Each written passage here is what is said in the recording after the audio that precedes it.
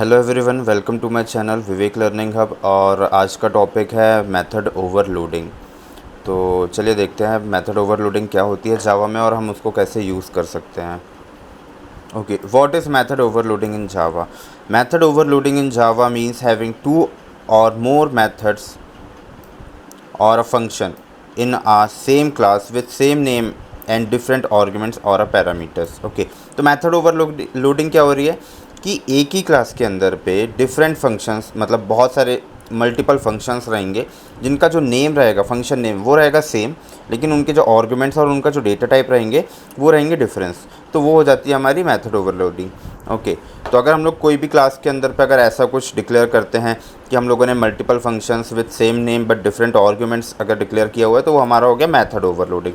It can be with a different number of arguments और different data types of the arguments. Okay, चलो तो अब देख लेते हैं।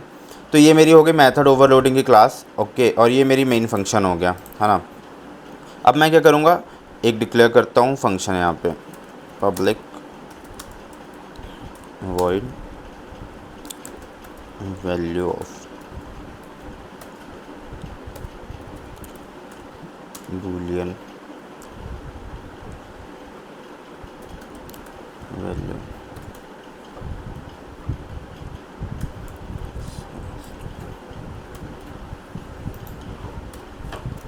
ठीक है, तो ये मैंने एक फ़ंक्शन डिक्लेयर कर दिया है ना, और इसका मेरा आर्गुमेंट क्या है, बूलियन, है ना।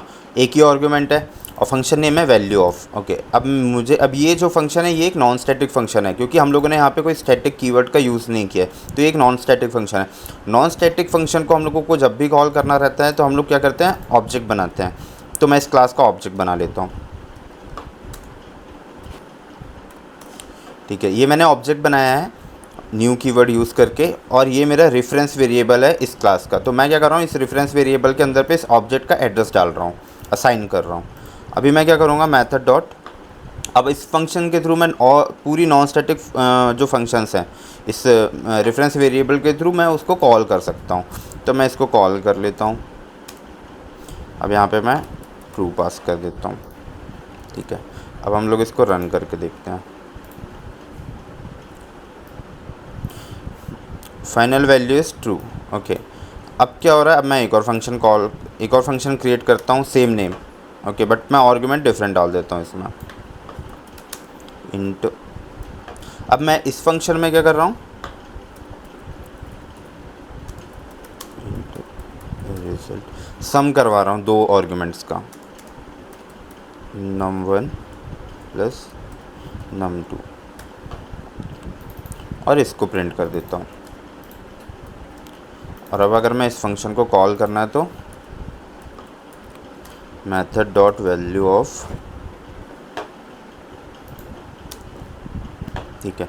तो मेरे फर्स्ट जो फंक्शन था उसमें मैं क्या कर रहा था, बूलियन वेरिएबल को पास कर रहा था। सेकंड वाले में मैं दो पैरामीटर्स पास कर रहा हूँ, नंबर 1 और नंबर 2, इंटीजर डेटा टाइप के। ठीक है, और मैं क्या कर रहा हूँ यहाँ पे उसका सम करवा के प्रिंट करवा रहा हूँ। ठीक है, तो मैं ऐसे ही मल्टीपल फंक्शंस डिक्लेयर कर सकता हूँ with same name but different in arguments and data types.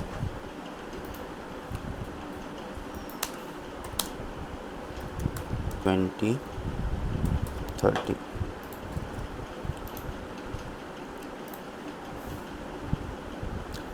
तो अभी ये जो मेरा थर्ड वाला जो फंक्शन है वो भी सेम नेम का है। ठीक है, बट मैं यहाँ पे क्या कर रहा हूँ, मेरे आर्गुमेंट्स डिफरेंट है।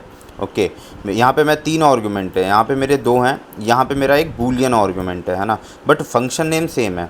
ठीक है, तो मैं ऐसा क्या मल्टीपल फंक्शंस डिक्लेयर कर सकता हूँ विद डिफरेंट आर्गुमेंट्स, और मैं उनको फिर यूज़ कर सकता हूँ अकॉर्डिंग टू मी, और मतलब जैसे मुझे जब भी यूज़ करना है तो मैं यूज़ कर सकता हूँ।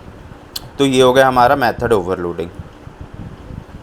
ठीक है, अगर मेथड ओवरलोडिंग का कॉन्सेप्ट हमारे पास नहीं होता तो फिर हम लोग इसको कैसे यूज़ करते, फिर हम लोगों को क्या करना पड़ता, हम लोगों को फंक्शन नेम को चेंज करना पड़ता, वैल्यू ऑफ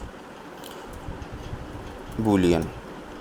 तो अभी क्या होता, अब ये मेरे पास तीन तीन फंक्शंस हैं। ठीक है, और अगर हमारे पास मेथड ओवरलोडिंग नहीं होता तो फिर क्या होता है, रीडेबिलिटी नहीं होती सही से, है ना। फिर मुझे कैसे करना, कॉल करना पड़ता है ऐसे।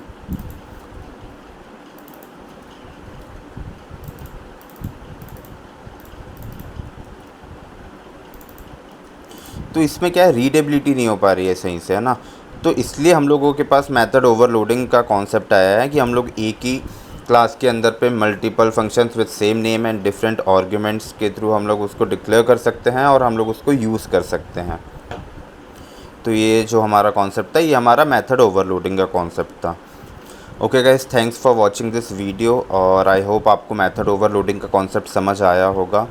और मेरा जो नेक्स्ट वीडियो आएगा वो आएगा रिटर्न टाइप पे, वॉइड और रिटर्न टाइप पे। तो प्लीज़ आप मेरे पूरे वीडियोस जो हैं वो पूरे देखिएगा और स्किप मत करना, तो आपको इजीली समझ आएगा। और मैं एकदम बेसिक पढ़ा रहा हूँ और बेसिक ही समझा रहा हूँ, तो आई होप आपको समझ आए।